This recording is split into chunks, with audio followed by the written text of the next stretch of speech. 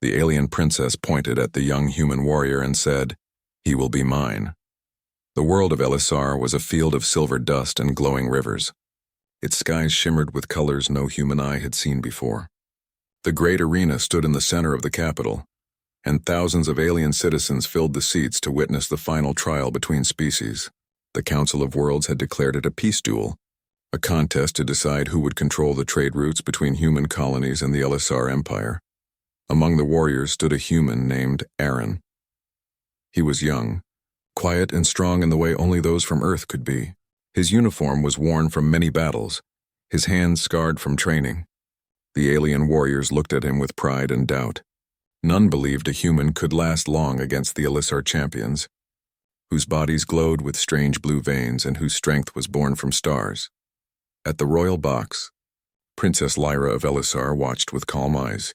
She was known across her world for her beauty and her defiance. Her silver hair fell down her back like water, and her eyes shone like twin moons. Many had begged for her hand, but she refused them all. Her heart, she said, would only answer when her soul trembled in fear or wonder. When Aaron stepped into the arena, the ground hummed. The alien crowd hissed softly. Lyra leaned forward. There was something different about the way the human moved. He did not posture or roar. He only breathed slowly and waited. The Elisar champion, a tall warrior named Kareth, struck first. His blade burned with blue fire, and the air cracked with energy. Aaron dodged, rolled, and struck once with his simple steel sword. The noise stopped. Kareth froze, staring at the thin line across his armor. A heartbeat later, the alien fell. The arena went silent. Then chaos broke loose. Shouts echoed. The Elisar guards raised weapons. But before anyone could act, Princess Lyra stood.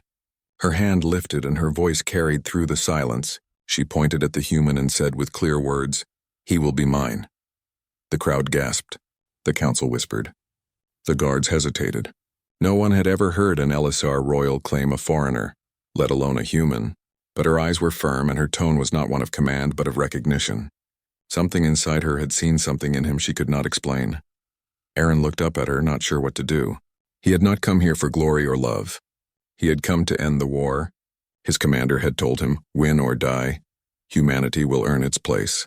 Now the princess of their enemies was claiming him in front of her people. That night, the palace held no sleep. Lyra summoned him to her hall. The corridors of crystal and gold glowed under alien light. When he entered, she dismissed her guards and faced him alone. Her voice was soft yet full of fire. "You fight like someone who has nothing to lose," she said. "Why?" He told her about Earth, about the hunger, the long winters, the forgotten colonies. He spoke of how humans fought not for pride but for survival. He said, when you have only one home and it keeps burning, you learn to fight until the fire goes out. She listened, her heart trembling. No Elisar had ever spoken with such truth. Their kind had known only victory and comfort for centuries. His words felt like a storm breaking glass. In the following days he remained as her guest, though many saw him as her captive. The court grew restless.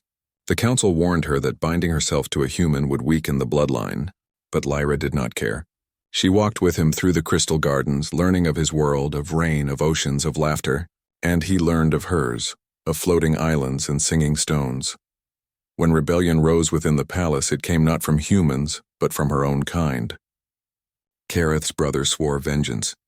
He led soldiers to seize the princess and kill the outsider. That night Aaron heard the alarm and ran to her chamber. He found her standing by the window, calm as the world burned outside. The soldiers broke in. Aaron fought with his bare hands.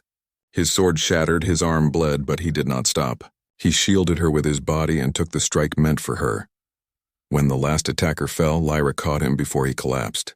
Her silver tears touched his skin, and the mark of light spread from her palms into his wound. She whispered something in her language, a vow older than stars. The light sealed his wound, but the meaning behind her words burned brighter than the healing. She had bound her life to his. By dawn, the rebellion had failed. The council surrendered. The people, seeing her stand beside a wounded human who had defended their princess, began to whisper new words. Words of unity, not war. The sun rose over Elisar, and for the first time in centuries, two hearts from two worlds stood together as one. When the ceremony was held, and Lyra stood before her people, she took Aaron's hand. The crowd bowed as she spoke the same words again, softer but full of meaning. He will be mine. And in that moment, all of Elisar saw that what began as conquest had turned into something far greater. The birth of peace between worlds.